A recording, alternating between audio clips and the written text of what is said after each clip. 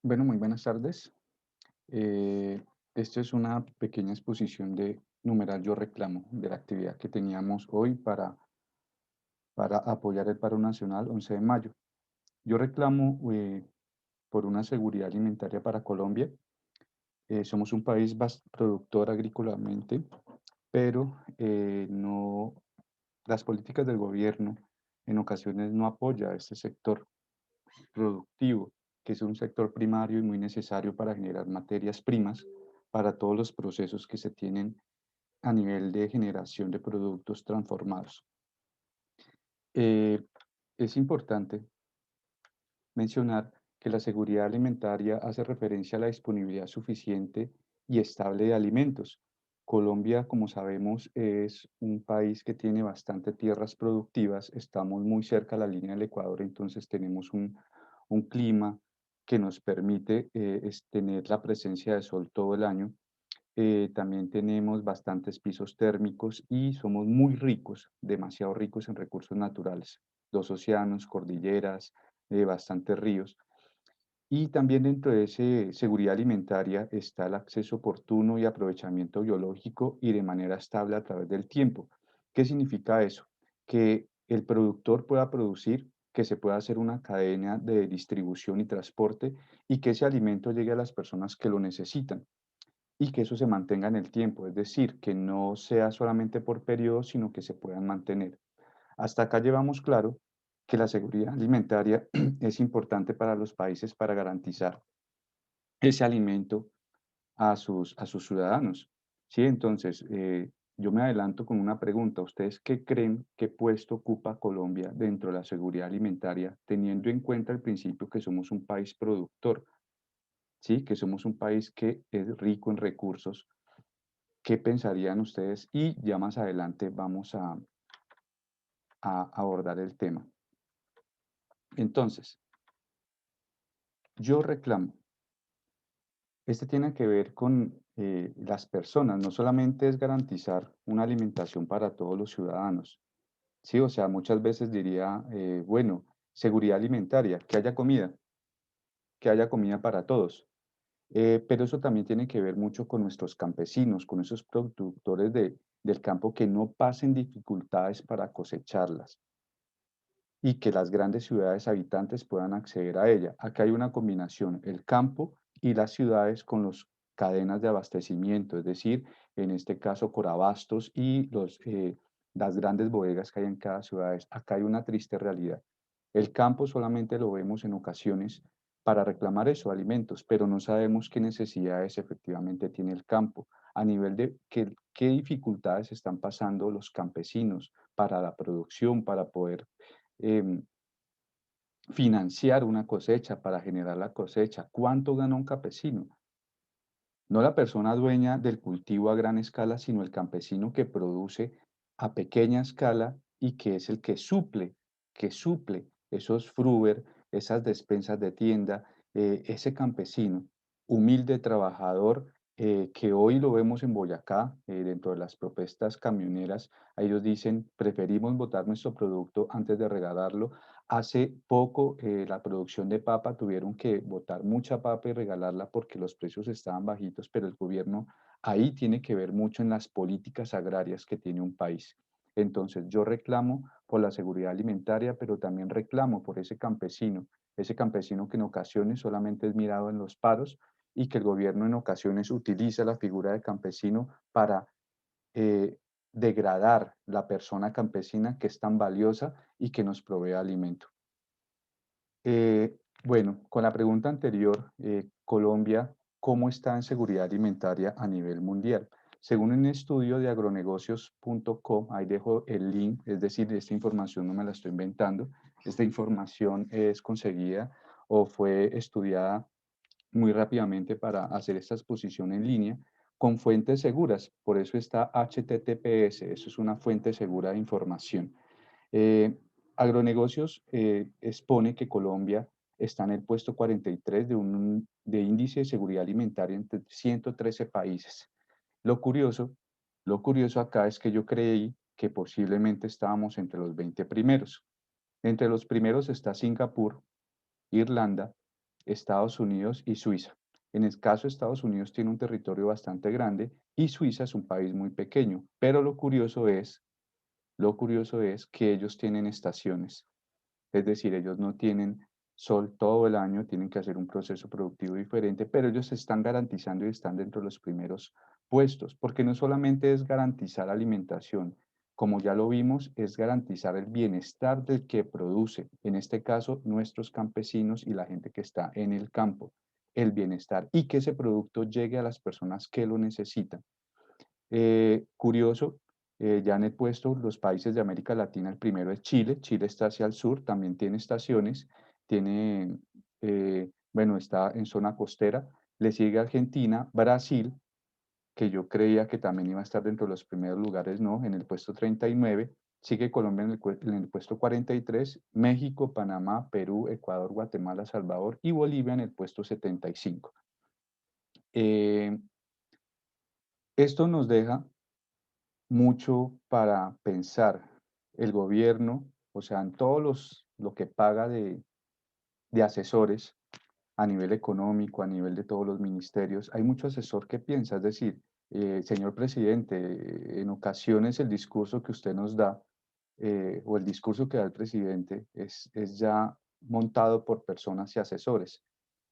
La parrilla del programa que da el presidente es montada y filtrada por eh, unas personas que están detrás de bambalinas. Entonces, esta información está pública, pero esta información tiene que ir combinada con políticas del gobierno. Yo reclamo que el gobierno acuda a esa seguridad alimentaria y a esa capacidad que tiene el país para producir sus propios alimentos, para que no estemos en el puesto 43, sino que garanticemos el bienestar de ese campesino, de esas personas del campo, para que puedan generar ese producto, llevarlo a donde es y que las personas lo puedan consumir.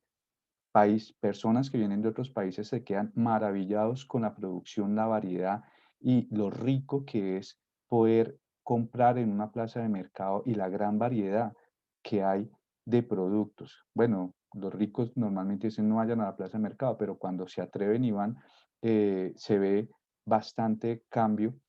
Hoy en día, pues ya sabemos las cadenas, los almacenes de cadena, entonces están cogiendo ese mercado y acaparando y de pronto el campesino por esa cadena de distribución y tantas manos intermediarias posiblemente no le pagan lo que es y el beneficio económico grande que es para el gran distribuidor, para el gran almacenes de cadena o de gran superficie y no para el campesino. Ahí hay una desigualdad en competencia. Bueno, yo reclamo porque un estudio, acá lo hizo, fue una publicación del Heraldo, un periódico colombiano, decía que el 30% de los alimentos que consume el país son importados. Acá una producción se importa, bastante, por ejemplo, ahí hablan del maíz, ¿sí? Del maíz se exporta mucho, no solamente el maíz, sino, por ejemplo, de Ecuador se ha escuchado que importan papa, se ha escuchado comenzar a productos que podemos tener acá y entonces se hace uno una pregunta. Lo importan porque o sea, el costo de producción de otros países es tan bajo que hace que sea más barato. Entonces, ¿qué pasa con el productor colombiano? Tiene que cambiar de producto, tiene que perder su producto, tiene que competir con ese precio y sencillamente en algún momento eh, se va a pérdidas porque lamentablemente no puede competir con los del exterior. Entonces, acá me quiero enfocar en este cuadro. Es un comparativo que está entre el 2000 y el 2015. Hay una parte que se llama importaciones del sector agropecuario. Agropecuario es campo, es decir, lo verde y también lo pecuario son la producción de animales. Ahí están los porcinos, los caprinos, los bovinos. Entonces, si ustedes ven en el año 2000 teníamos una cantidad de 5.578 millones, millones eh, de importación. Y en el 2015 subimos a 11.445 millones. Eso quiere decir un incremento del 105,2%, el doble. Entonces la pregunta sería, ¿qué pasó? ¿Por qué la producción, o sea, como tal, la importación del producto agropecuario se ve tan afectada. Se ve tan afectada. En cuanto a exportaciones, vamos a mirar, por ejemplo, también eso. En el 2000 teníamos 4.265 millones y subimos a 4.509 en el 2015. Es decir, las exportaciones se están manteniendo. Eh, ¿Qué es exportar? Exportar es lo que sacamos hacia otros países. Importar es lo que traemos de otros países. Entonces, si ven, nosotros somos productores, pero no hay una política clara frente a exportar productos y vender hacia los otros países. Entonces, acá vienen dos términos muy importantes a nivel de economía y que tienen que ver con todo el proceso que normalmente desconocemos. Una palabra se llama importación y la otra palabra se llama exportación. Solo esta gráfica la saqué de Analdex. Analdex es la Asociación Nacional de Comercio Exterior, es decir, ellos manejan la data de todas las aduanas de la mercancía que entra y sale legalmente. Entonces, en esta gráfica podemos ver que total, bueno, hicieron un estudio entre el 2019 y el 2020 en el sentido de cómo afectó también el tema del COVID-19, la pandemia, frente a esos valores. Pero entonces me voy a concentrar es en el sector agropecuario. El sector agropecuario del total de importaciones que tuvimos en el país son 17.083 millones de dólares, ¿sí? Bueno, no me voy a enfocar a las siglas aduaneras, el CIF, en eso no me voy a enfocar, sino me voy a enfocar un poquito en el valor.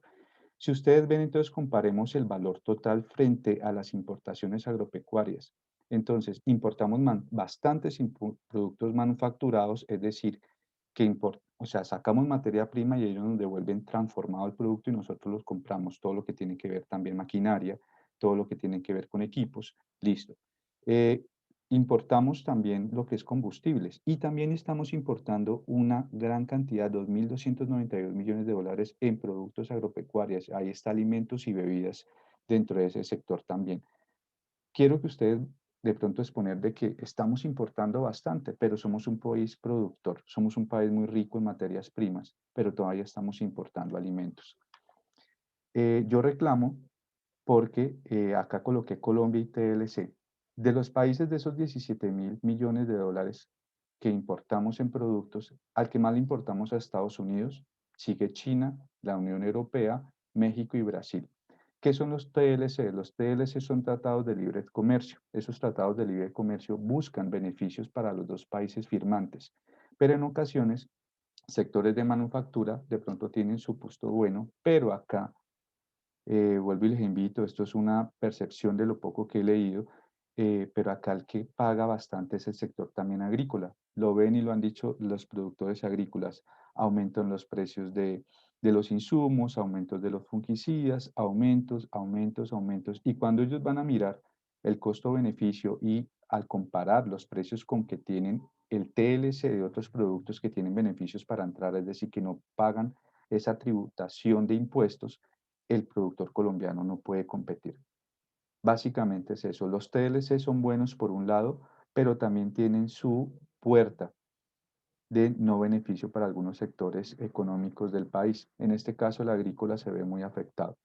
También no puedo decir muestre las pruebas porque no tengo las pruebas, pero el país a nivel de corrupción, todos estos tratados de libre comercio por debajo, por detrás de bambalinas, por el lobby de los políticos y los que hacen y firman el tratado, normalmente tienen beneficios o tienen dávidas, o sea, dan mermelada por firmar el tratado, porque acá debajo hay muchas cosas. Si nuestro país fuera totalmente transparente como un país desarrollado, hablemos Irlanda, hablemos Noruega, donde sus congresistas, sus representantes políticos viven igual que el ciudadano, ganan igual que el ciudadano, uno diría, bueno, la transparencia existe y no hay corrupción, pero en Colombia lamentablemente desde hace tiempo se sabe y todos los ciudadanos sabemos que existe la tajada.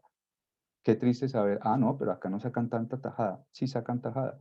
Y esa es una costumbre política que se debería abolir totalmente y debería verse como deshonestidad, pero acá se ve como viveza. Entonces también es parte de la cultura que tenemos nosotros. Reclamo porque exportaciones de Colombia, si ustedes ven, entonces los valores no son igual.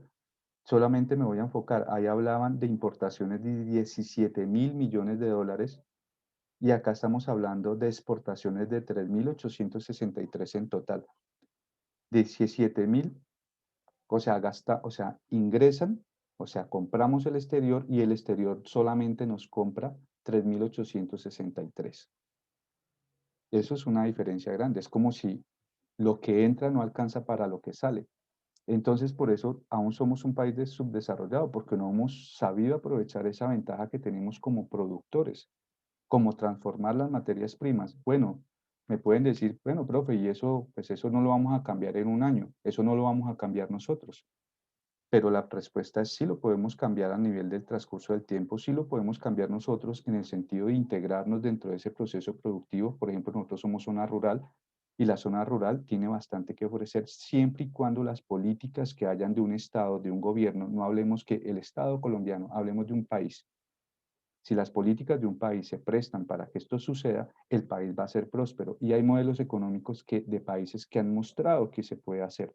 Pero vuelvo y les digo, países que son muy transparentes y honestos dentro de sus procesos de gobierno, países que no manejan mermelada, países que no son corruptos. Entonces, eso es una oportunidad de mejora que tenemos a nivel de Colombia. Entonces, vamos a ver exportaciones solamente el sector agropecuario. 628 millones de dólares que exportamos frente a 2.292 que importamos. Eso en el año 2019. En el año 2020, 569 millones que exportamos frente a 2.434 millones que importamos. Si ustedes ven, eso es una diferencia de casi de 5-1. De 5-1. No hay que ser economista, no hay que trabajar en la presidencia, dentro del Ministerio de Hacienda, que ni siquiera sabía cuánto costaba una docena de huevos. Entonces, esto es solamente eso, la gente que está en las cabezas, la gente que está en la cabeza de eso solamente piensan a veces para beneficio propio. Acuérdense de los bonos del agua. Los bonos del agua, endeudar a municipios y que ya dentro de su sistema financiero estén tan endeudados que ni siquiera los ingresos que tienen por impuestos y lo que le da el gobierno de pronto posiblemente por regalías pueden suplir esa deuda. ¿Cómo un funcionario público puede estar en capacidad de ser tan cruel? Porque no estamos hablando de un municipio, de ciudadanos, de un pueblo entero. Eso se llama crueldad. Crueldad. Entonces, acá voy a colocar una frase que también dicen, vándalo, sí, la gente está siendo violenta y yo no estoy justificando la violencia, pero eso no significa un vándalo a gran escala, un vándalo de corbata blanca, eso no es vándalo, o sea, robar el erario público, robar recursos que son de los impuestos de todos. Cuando digo robar, es sencillamente endeudar al Estado y no ser inteligente en las decisiones y la asesoría que está dando, no ser franco y honesto y totalmente transparente en las decisiones que está dando, no es ser vándalo, más que vándalo, ese se llama ser ladrón. Al César lo que es de César y al Dios lo que es de Dios. Entonces, yo reclamo porque los funcionarios públicos a veces no son públicos, no piensan en lo público, piensan solamente en lo privado. Yo reclamo eso también. Con cifras, con valores, con una charla, bajo respeto, pero yo reclamo. Eh, Acá quise de pronto algo que se llama déficit de la balanza comercial y el superávit. Países que son desarrollados tienen un superávit muy alto, es decir, el superávit es que lo que sale se vea reflejado en lo que entra, es decir, que haya un nivel de igualdad. Y el déficit significa que es como cuando dicen, yo tengo un déficit fiscal de mi familia, es decir, estoy gastando más de lo que gano. Un déficit es un faltante. Entonces, si vamos a ver, acá el déficit lo tenemos con relación a lo que entra y lo que sale. Sí, entonces esto vuelven a ser, ¿de dónde sale esta información? De Internet, de Analdex y también de datos del DANE. Es decir, acá este humilde servidor, el profesor Alexander Rincón, no se está inventando información, es una información gubernamental de una entidad del Estado que la publica. Y vamos a ver, a veces la información también viene maquillada. Profe, ¿usted tiene pruebas de eso? No, pero normalmente cuando los índices están muy negativos, normalmente los maquillan. Y normalmente eso sucede porque en el transcurso del tiempo, la ciudadanía ya no está confiando en sus instituciones. Eso es otro reclamo que hago directamente. Yo reclamo que la ciudadanía debería confiar totalmente en sus instituciones, en sus entes de control, Procuraduría, Contraloría, Fiscalía, sector económico, etcétera, etcétera, porque hay mucho. O sea, el gasto burocrático del gobierno es bastante alto y a veces no es eficiente. Si no es eficiente, yo como ciudadano diría, quítenlo. Pero no es una voz de un solo ciudadano, la voz del pueblo diría, quítelo con un argumento, si no es eficiente. Entonces, ¿de dónde viene más la diferencia? O sea, venimos un total de, eh, salen, o sea, tenemos que pagar 3.565 millones y entran solamente 2.825. Ahí hay una diferencia. ¿Dónde están las diferencias más grandes? Eh, Está con China, Estados Unidos, Europa, México, Alemania, Brasil, Vietnam, Japón y Francia. Acá vemos una gran diferencia en cuanto a lo que puede entrar y lo que puede salir. Es decir, países que tenemos un déficit, es decir, que compramos más de lo que ellos nos compran. Es decir, nos estamos endeudando con ellos y países que de pronto tenemos un superávit que son muy poquitos, están Países Bajos, Comunidad Andina, Ecuador, Turquía y Panamá, pero los valores son muy diferentes. Entonces comparémonos con un China y un Estados Unidos. Estados Unidos estamos 9-1, 9-1. Traemos 976 y solamente le damos a ellos 108. Entonces es una pregunta, ¿un tratado de libre comercio a quién beneficia en ese momento? ¿A Estados Unidos, que es una gran potencia económica, es un país desarrollado, o a Colombia como país y condiciones y realidad que tenemos?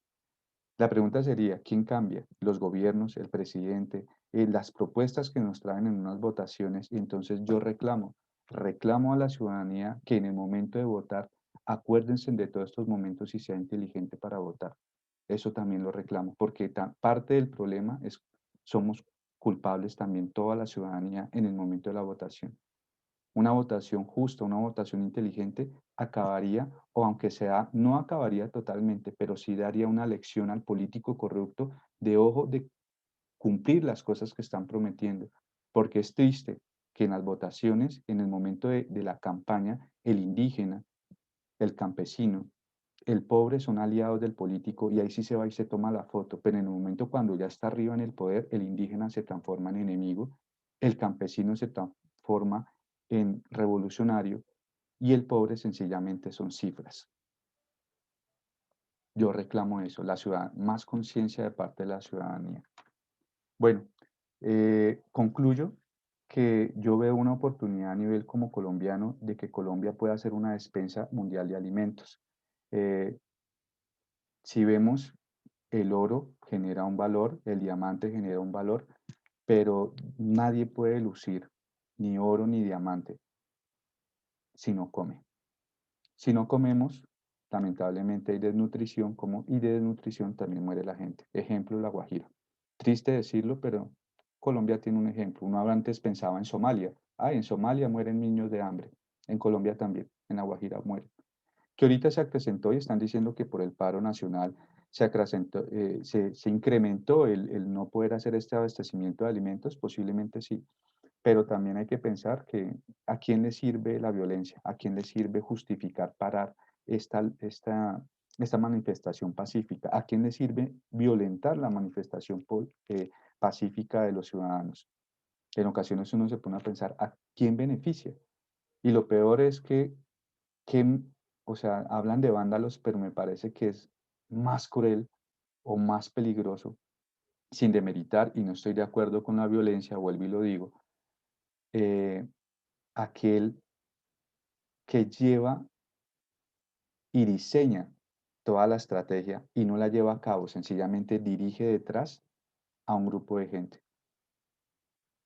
Es decir, el que da la orden, pero lamentablemente no la ejecuta. Es decir, el autor intelectual. Es triste decirlo, pero la violencia no se da entre las cabezas, la violencia se da entre el pueblo que choca. y las cabezas posiblemente hasta se burlan del pueblo. Vuelvo y digo, yo reclamo políticas gubernamentales y conciencia ciudadana de que veamos que Colombia es un país muy rico a nivel de producción de materiales, de materias primas, es decir, del sector primario, y que tenemos una oportunidad grandísima de aumentar nuestros valores de exportación, de disminuir ese déficit que comentaba y transformarlo en superávit, que no va a ser fácil, que no va a ser ya, sí, efectivamente, pero como Mafalda, comenzar a llevar la mitad, decía Mafalda, del famoso Quino, que también ya se fue. Entonces, comenzar a llevar la mitad, cambiar la forma de pensar, es un chip que debemos de cambiar, entonces también es una invitación. Entonces, esta es una corta exposición de por qué uno de los puntos de yo reclamo y creo que es una gran oportunidad también del país dentro de toda esta transformación que de pronto está solicitando el pueblo y está solicitando a sus dirigentes, a su gobierno, de que piense más en el pueblo y dejemos de pensar de pronto, sí, hay que respetar la economía, hay que respetar los bancos internacionales, los que nos prestan el dinero, pero ese prestar también es endeudar a un país para tenerlo sometido. Entonces, buscar esa libertad. Veía también en un video que los países industrializados o desarrollados, como les llaman también, eh, no permitían en ocasiones al subdesarrollado que, o sea, uno se quiere parecer al desarrollado, pero en ocasiones no dejan, porque no dejan una libertad. El desarrollado no le pide permiso a nadie, él lo hace. El subdesarrollado estamos pidiendo permiso muy constantemente a los desarrollados para hacer algo, de rendimos cuentas. No se dice, pero las decisiones en ocasiones ni siquiera salen de acá. Es decir, estamos como pidiendo permiso a toda hora. Entonces, esa libertad de un país no es una colonia de un país extranjero, sino sencillamente es la independencia, decían, se firmó hace más de 200 años, pero aún dependemos para tomar decisiones de muchos. Y sí hay que colocar en colectivo, pero la libertad de un país también se tiene que respetar y sus dirigentes deben de estar en la libertad cuando se postulan y si son elegidos de cumplir lo que prometieron. Muchas veces veo que son mentiras lo que prometen en las elecciones, engañan, pero lamentablemente no tenemos en ocasiones ese devolvernos en el tiempo y reclamar. Entonces también yo reclamo que los políticos cuando están haciendo su campaña eh, como un seguro haya una forma de decir de que cumplan lo que dicen y si mienten, posiblemente los destituyan inmediatamente porque no cumplieron a las personas que los eligieron. Entonces yo reclamo también una posibilidad de hacer un control político, pero un control político más efectivo. Es decir, si no cumple lo que dijo en campaña o medianamente lo que dijo, que hubiese una posibilidad de hacer más que un discurso, porque nosotros nos agotamos mucho en palabra, pero que hubiera algo directamente que pudiera bajar ese gobierno porque no cumplió.